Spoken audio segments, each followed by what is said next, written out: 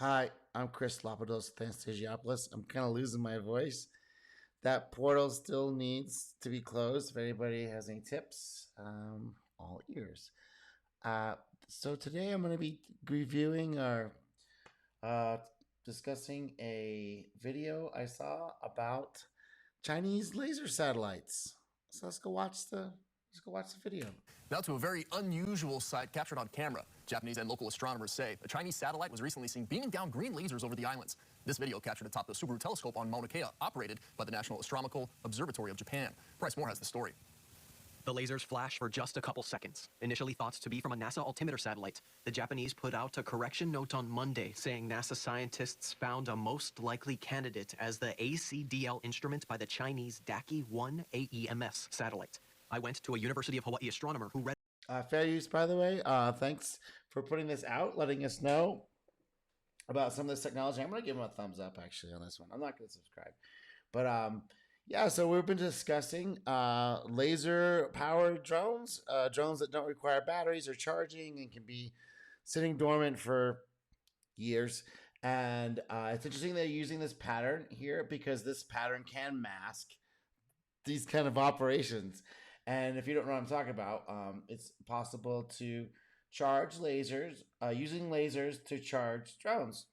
You know, and this is a large one, but these are, I'm talking about really tiny ones, size of bullets.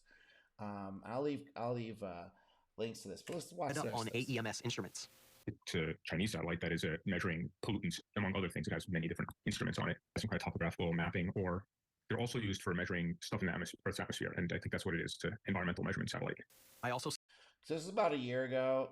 So they're saying it's an environmental analysis satellite from the Chinese. They're not real known for that, but okay. Sat down with the former Chief of Staff of Marine Forces Pacific. He had some questions. I'm not sure, this is my opinion, why the Chinese, who are probably some of the most prolific polluters on the planet, would be collecting data on pollutants on this side of the Pacific.